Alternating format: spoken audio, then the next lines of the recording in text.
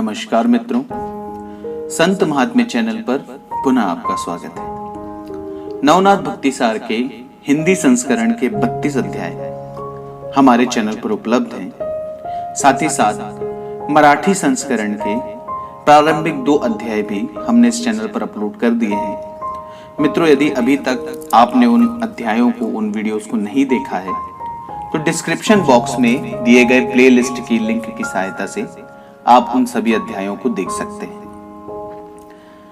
मित्रों, अध्याय 32 में हमने देखा था कि दत्तात्रेय से भेंट कर मच्छिंद्र एवं गोरक्षनाथ तीर्थ यात्रा हेतु प्रस्थान करते हैं। आगे वे जब प्रयाग पहुंचते हैं तब प्रजा का विलाप एवं शोक सुनकर उन्हें ज्ञात होता है कि प्रयाग का राजा त्रिविक्रम, जो कि एक अत्यंत लोकप्रिय एवं प्रजा के हितार्थ कार्य करने वाला राजा था, वो मृत्यु को प्राप्त हो गया।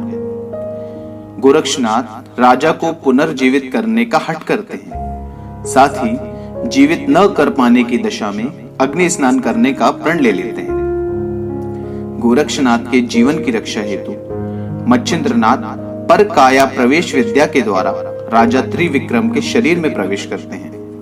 गोरक्षनाथ मच्छिंद्रनाथ के शरीर को एक तहखाने में सुरक्षित रखकर तीर्थ यात्रा हेतु प्रस्थान करते हैं। इधर रानी रेवती को सत्य ज्ञात होते ही वह अपने सैनिकों से मच्छिंद्रनाथ के शरीर के टुकड़े कर वन में फेंकवा देती है, जिन्हें माता पार्वती के आदेशानुसार योगिनियां एकत्रित कर वीरभद्र को सौंप देती हैं। तो मित्रों, यहां तक हमने देखा था नवनाथ भक्ति सार के अध्याय 32 में। तो चलिए प्रारंभ करते हैं नवनाथ भक्ति सार का अध्याय 33। अपने गुरु मच्छिंद्रनाथ की अनुमति प्राप्त कर तीर्थ यात्रा हेतु निकले गोरक्षनाथ विभिन्न तीर्थों का भ्रमण करते हुए गोदावरी नदी के तट पर स्थित भामानगर पहुंचे। भूख प्यास से व्याकुल होकर वे एक खेत के निकट पहुंचते हैं। वहां माणिक नामक एक 10 वर्ष का लड़का खेतों में काम कर रहा था। मध्याह्न के समय माणिक हाथ पैर धोकर एक पेड़ के नीचे भोजन करने हेतु बैठा।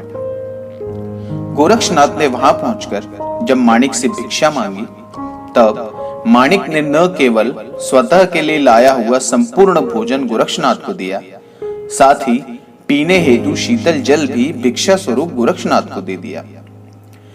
गोरक्षनाथ उस अन्न को ग्रहण कर तृप्त हुए एवं उस छोटे से कृषक पुत्र का आदरातिथ्य देखकर उन्होंने माणिक को कृपा प्रसाद देने का निर्णय किया। गोरक्षनाथ ने जब माणिक से उसका परिचय पूछा तब माणिक ने उत्तर दिया, महाराज, आपका काम हो गया ना? अब ये नाम इत्यादि पूछकर मेरा समय व्यर्थ मत करो, आप अपने रास्ते निकलो। ऐसा विचित्र उत्तर सुनकर गोरक्षनाथ को अचंभा हुआ। तत्पश्चात उन्होंने उस बालक से कहा, बालक, तुमने स्वयं भोजन न करते हुए मुझे दे दिया, अतः तुम्हारे इस परोपकार को देखकर मैं अत्यंत प्रसन्न हूं। तुम्हारी कोई इच्छा हो तो मुझे बताओ, मैं उसे अवश्य पूर्ण करूंगा। इस पर माणिक ने उत्तर दिया, आप मुझे क्या दे सकते हो जब आप स्वतः ही उदर पूर्ति हेतु दर दर भटकते हो। आप एक काम करो, आप मुझसे ही कुछ मांग लो और अपना रास्ता नापो। इस पर गोरक्षनाथ ने विचार किया, इस बेचारे मनमौजी से मैं क्या मांगू, मेरी तो यही समझ नहीं आ रहा। अतः किसी युक्ति से मुझे स्वतः ही इसका कल्याण करना होगा। तत्पश्चात कुछ सोचकर गोरक्षनाथ माणिक से बोले, तुम मुझे कुछ देना ही चाहते हो तो ये वचन दो कि तुम्हारी जो भी काम करने की इच्छा होगी तुम उस काम को नहीं करोगे। माणिक ने गोरक्षनाथ को वचन दे दिया। माणिक का वचन सुनकर गोरक्षनाथ हंसते हुए वहां से निकल गए। गोरक्षनाथ के प्रस्थान के पश्चात माणिक ने खेत से कुछ सामान लिया एवं घर की ओर जैसे ही प्रस्थान करने को हुआ वैसे ही उसे अपने दिए हुए वचन की याद आ गई। अतः वह जस का तस वहीं खड़ा हो गया। धीरे धीरे उसका मन विषय वासना से मुक्त हो गया एवं माणिक ने समाधि की अवस्था प्राप्त कर ली। केवल वायु को आहार बनाकर वह यथास्थान खड़ा ही रहा, जिस कारण कालांतर में उसका देह मांस विहीन होकर केवल हड्डियों का ढांचा ही रह गया। माणिक को उसके दिए वचन में फंसाकर गोरक्षनाथ ने अत्यंत चतुराई से उसे तपस्या में लगा दिया एवं बद्रिकाश्रम पहुंचकर बद्री केदार के दर्शन प्राप्त कर चौरंगी नाथ की गुफा की ओर प्रस्थान किया। वहां उन्होंने मिट्टी के टीले से घिरे हुए काष्ठवत चौरंगी को शिला की ओर निहारते हुए पाया। उस दृश्य को देखकर गोरक्षनाथ अत्यंत विचलित हुए। उन्होंने तुरंत ही चौरंगी के शरीर पर जमे मिट्टी के टीले को हटाया। तब चौरंगी के तपोबल के कारण उत्पन्न हुए हाथ पैर देखकर उन्हें अत्यंत आनंद हुआ। तत्पश्चात चौरंगी की सफल साधना हेतु उसकी प्रशंसा कर गोरक्षनाथ ने उसे गुफा से बाहर लाया। अपनी कृपा दृष्टि डालकर गोरक्षनाथ ने चौरंगी के बलहीन शरीर को पुनः बलवान बना दिया।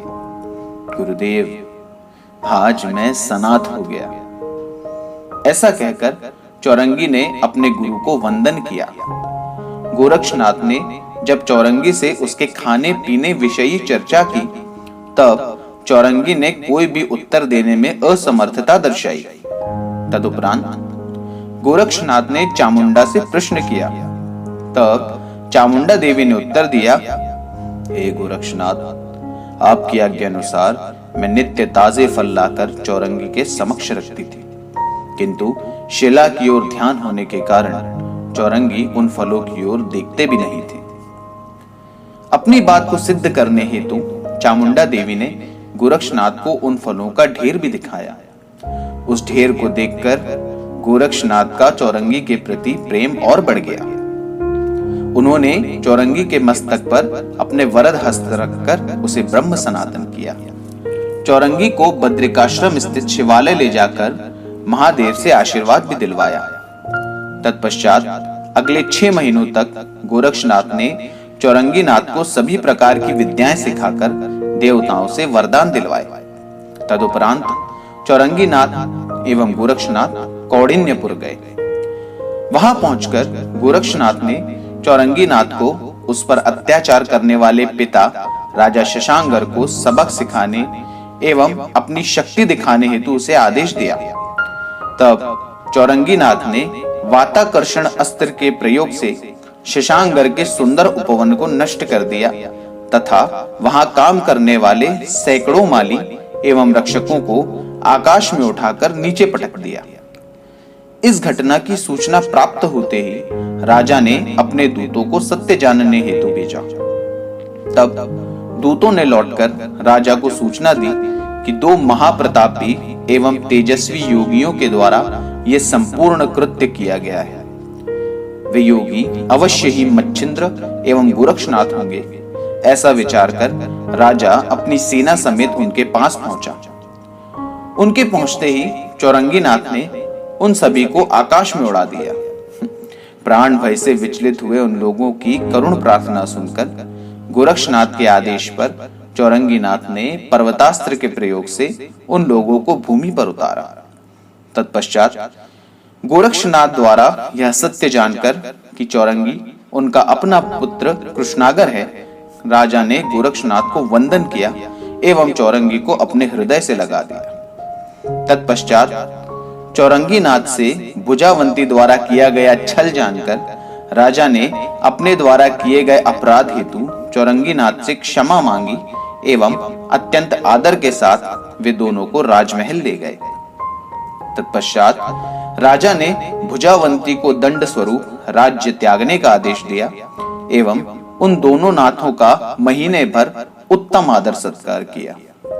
एक माह पश्चात प्रस्थान करते समय गोरक्षनाथ ने राजा को दूसरा विवाह करने का आदेश दिया एवं चौरंगी नाथ के साथ आगे की यात्रा हेतु प्रस्थान किया। यात्रा करते समय सर्वप्रथम वे प्रयाग पहुंचे। वहां पहुंचकर गोरक्षनाथ ने पुजारिन से मच्छिंद्रनाथ की देह की सुरक्षा संबंधित प्रश्न किया। तब रोते हुए पुजारिन ने मच्छिंद्रनाथ की देह का सत्य रानी रेवती के समक्ष प्रकट करने की बात बताई। यह सत्य सुनकर हतप्रभ रह गए गोरक्षनाथ ने जब तहखाने में जाकर देखा तो वहां मच्छिंद्रनाथ की देह उपस्थित नहीं थी। सत्य जानने हेतु गोरक्षनाथ ने पुजारिन को रानी रेवती के पास भेजा। तब पुजारिन ने आकर गोरक्षनाथ को सूचना दी कि रानी रेवती ने मच्छिंद्रनाथ की देह के असंख्य टुकड़े करवाकर उन्हें जंगल में फेंकवा दिया है। सत्य जानकर क्रोधित हुए गोरक्षनाथ ने रेवती को इस भीषण कृत्य हेतु दंड देने का निश्चय किया, किंतु अगले ही पल यह जानकर कि रेवती गुरु पत्नी एवं उस हिसाब से उनकी गुरु माता के स्थान पर है, गोरक्षनाथ ने अपने क्रोध को शांत कर लिया। तत्पश्चात उन्होंने स्वयं के देह की रक्षा हेतु चौरंगीनाथ को आदेश दिया एवं देह त्याग कर सूक्ष्म रूप में मच्छिंद्रनाथ के भग्न देह की जांच आरंभ कर दी। अत्यंत परिश्रम के पश्चात उन्हें यह ज्ञात हुआ कि मच्छिंद्रनाथ का देह कैलाश पर्वत पर अत्यंत कड़ी सुरक्षा व्यवस्था के बीच रखा हुआ है। तत्पश्चात गोरक्षनाथ ने स्वयं की देह में प्रवेश किया एवं सूर्य देव का आवाहन कर मच्छिंद्रनाथ के देह को लौटाने हेतु वीरभद्र के पास भेजा, किंतु वीरभद्र ने सूर्य देव को मच्छिंद्रनाथ की देह लौटाने से मना कर दिया। सूर्य देव के वापस लौटते ही वीरभद्र ने युद्ध हेतु संपूर्ण सेना के साथ गोरक्षनाथ की ओर प्रस्थान किया एवं नाथों को युद्ध का आवाहन दिया। तत्पश्चात दोनों पक्षों में एक महायुद्ध आरंभ हो गया। उस युद्ध में गोरक्षनाथ ने संजीवनी मंत्र के प्रयोग स्वरूप रावण, जलंधर, हिरण्यकश्यप इत्यादि समस्त महादानवों को जागृत कर दिया। इन महादानवों को देखकर समस्त देवता घबरा गए एवं उन्होंने श्री विष्णु की ओर पलायन किया। भगवान विष्णु ने महादेव का आवाहन किया एवं दोनों तुरंत ही युद्ध स्थल पर पहुंचे। महादेव एवं श्री हरि ने गोरक्षनाथ को समझाने का प्रयत्न किया, किंतु गोरक्षनाथ ने उनकी एक न सुनी। तत्पश्चात महादेव ने चामुंडा को आज्ञा देकर मच्छिंद्रनाथ का भग्न देह गोरक्षनाथ के स्वाधीन करवाया। तदुपरांत गुरु देह को प्राप्त कर संतुष्ट हुए गोरक्षनाथ ने वाताकर्षण अस्त्र का प्रयोग कर वीरभद्र समेत समस्त महादानवों को प्राणहीन कर दिया एवं आग्नेयास्त्र के प्रयोग से उन्हें भस्म कर दिया। गोरक्षनाथ का पराक्रम देखकर श्री हरि ने नाथ की स्तुति की। तो मित्रों, नवनाथ भक्ति सार का 33वां अध्याय यहीं पर समाप्त होता है। आशा करता हूं कि आपको हमारे द्वारा बनाए गए वीडियोस पसंद आ रहे हैं। मित्रों, आप सभी से पुनः निवेदन है कि यदि अभी तक आपने हमारे इस चैनल को सब्सक्राइब नहीं किया है तो कृपया हमारे इस चैनल को सब्सक्राइब करें। मित्रों, आपके द्वारा दिया गया एक छोटा सा सहयोग हमारे लिए बहुत ही मूल्यवान होता है एवं हमें और भी अधिक ज्ञानप्रद, शिक्षाप्रद एवं इस तरह के आध्यात्मिक वीडियोस को बनाने हेतु प्रेरणा प्रदान करता है। साथ ही मित्रों, बेल आइकन को भी दबा दें ताकि हम जो भी वीडियो अपलोड करते हैं उनके नोटिफिकेशंस आपको समय पर मिल जाए। और यदि आपको हमारे वीडियोस पसंद आ रहे हों तो कृपया उन्हें लाइक करें एवं अधिक से अधिक लोगों को शेयर करें ताकि वे भी इन वीडियोस को देखने और सुनने का लाभ प्राप्त कर सकें। नमस्कार।